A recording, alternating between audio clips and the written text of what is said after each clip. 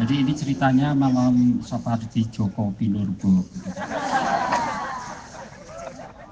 Sebetulnya maunya saya juga tidak usah membaca puisi, tapi karena kesehatan saya sedang baik, saya tidak akan membaca.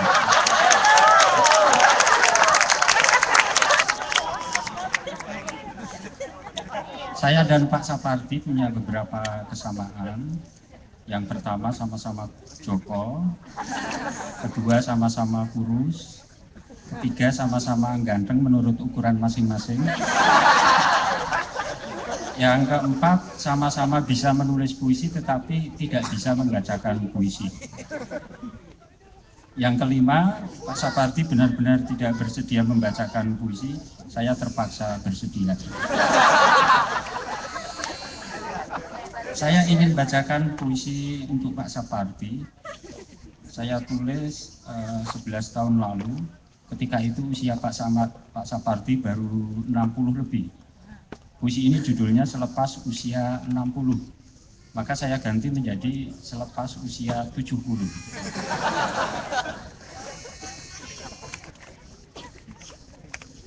Selepas usia 70, saya sering terdiam di depan jendela, mengamati tingkah anak kecil yang lucu-lucu.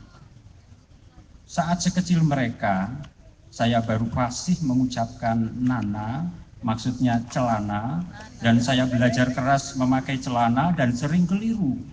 Kadang terbalik, kadang seliriknya menjepit di dagu.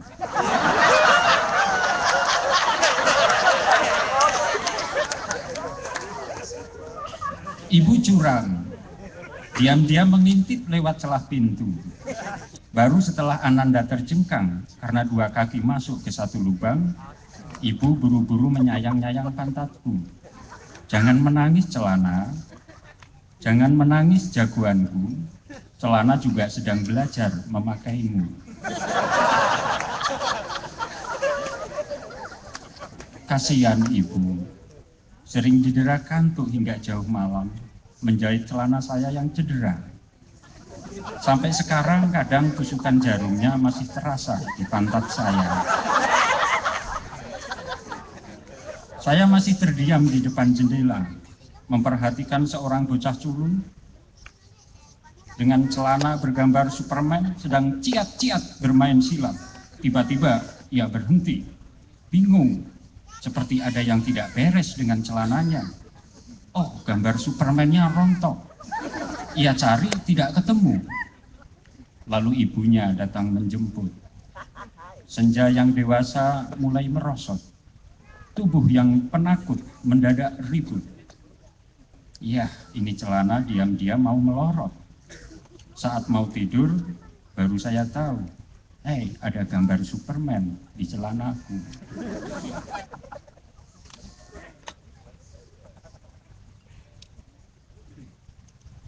Celana ibu.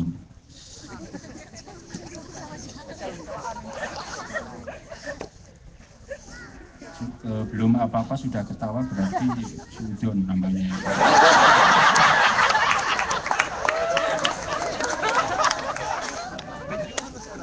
Celana ibu.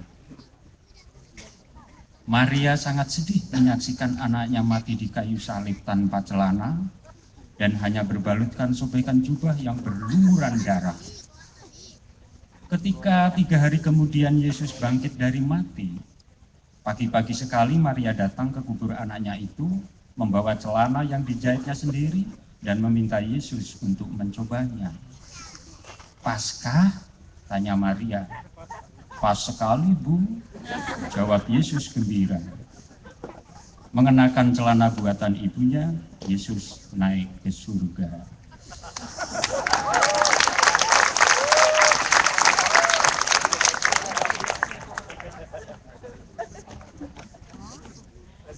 Telepon tengah malam. Telepon berkali-kali berdering, kubiarkan saja. Sudah sering aku terima telepon dan bertanya, siapa ini? Jawabnya cuma, ini siapa?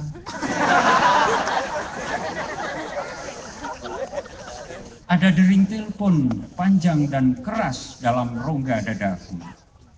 Ini siapa? tengah malam telepon, mengganggu saja. Ini ibu nak, apa kabar? Ibu, ibu di mana? Di dalam. Di dalam telepon, di dalam sakitmu. Ah, malam ini tidurku akan nyenyak. Malam ini sakitku akan nyenyak tidurnya.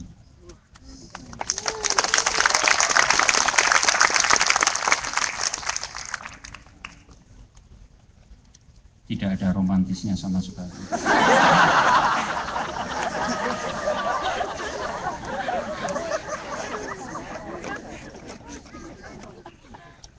Terompet tahun baru.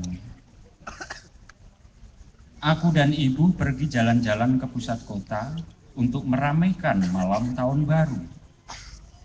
Ayah pilih menyepi di rumah saja sebab beliau harus menemani kalender pada saat-saat terakhirnya. Hei, aku menemukan sebuah trompet ungu tergeletak di pinggir jalan. Aku segera memungutnya dan membersihkannya dengan ujung bajuku. Kutiup berkali-kali, tidak juga berbunyi. Mengapa trompet ini bisu, Ibu? Mungkin karena terbuat dari kertas kalender, anakku.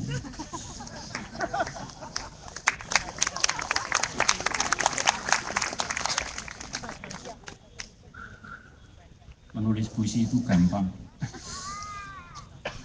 kelihatannya.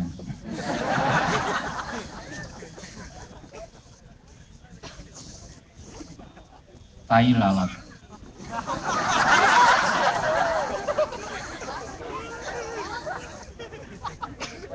Pada usia 5 tahun, ia menemukan tahi lalat di alis ibunya, terlindung bulu-bulu hitam lembut, seperti cinta yang betah berjaga di tempat yang tak diketahui mata. Kadang tai lalat itu memancarkan cahaya, selagi si ibu lelap tidurnya.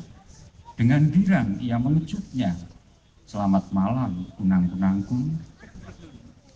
Ketika ia beranjak remaja dan beban hidup bertambah berat saja, tai lalat itu hijrah ke tengkuk ibunya, tertutup rambut yang mulai layu, seperti doa yang merapalkan diri di tempat yang hanya diketahui hati. Disingkapnya rambut si ibu, diciumnya tai lalat itu. Maaf, sering lupa kuucapkan amin untukmu. Akhirnya ia benar-benar sudah dewasa, sudah siap meninggalkan rumah ibunya, dan ia tak tahu tai lalat itu pindah kemana. Jika kau menemukannya, masihkah kau akan mengecupnya? Akankah kau menciumnya? Si ibu bertanya. Ah, tai lalat itu telah hinggap dan melekat di puting susu ibunya. Itu beberapa puisi dari buku puisi saya ke-9 yang baru saja diterbitkan Gramedia. Terima kasih, selamat malam, dan saya mengucapkan banyak terima kasih kepada Makassar yang begitu menyenangkan dan menggairahkan.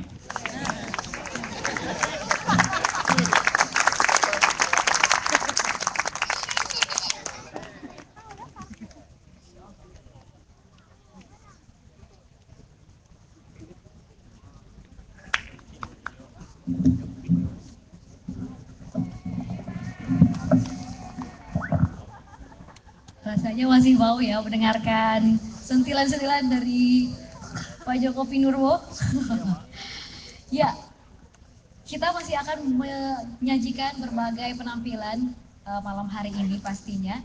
Oh iya, saya lupa ya, Pak Joko Pinurbo baru saja menerbitkan buku, bukan baru saja sih, setahun yang lalu menerbitkan bukunya Tahi Lalat pada tahun 2012 yang lalu. Dan untuk teman-teman yang mungkin suka, kalau saya secara pribadi sih suka, walaupun Pak Joko Pinurbo mengaku tidak romantis, tapi membuat orang lain bahagia dengan kata-katanya yang lucu dan menyadarkan kita, menurut saya itu adalah hal yang romantis. Mungkin teman-teman juga setuju ya? Dan kita masih akan menampilkan banyak sekali performer-performer ada juga tidak hanya dari Indonesia, tapi juga dari negara-negara lain yang sudah hadir di sini pada malam hari ini. Tapi sebelumnya, untuk teman-teman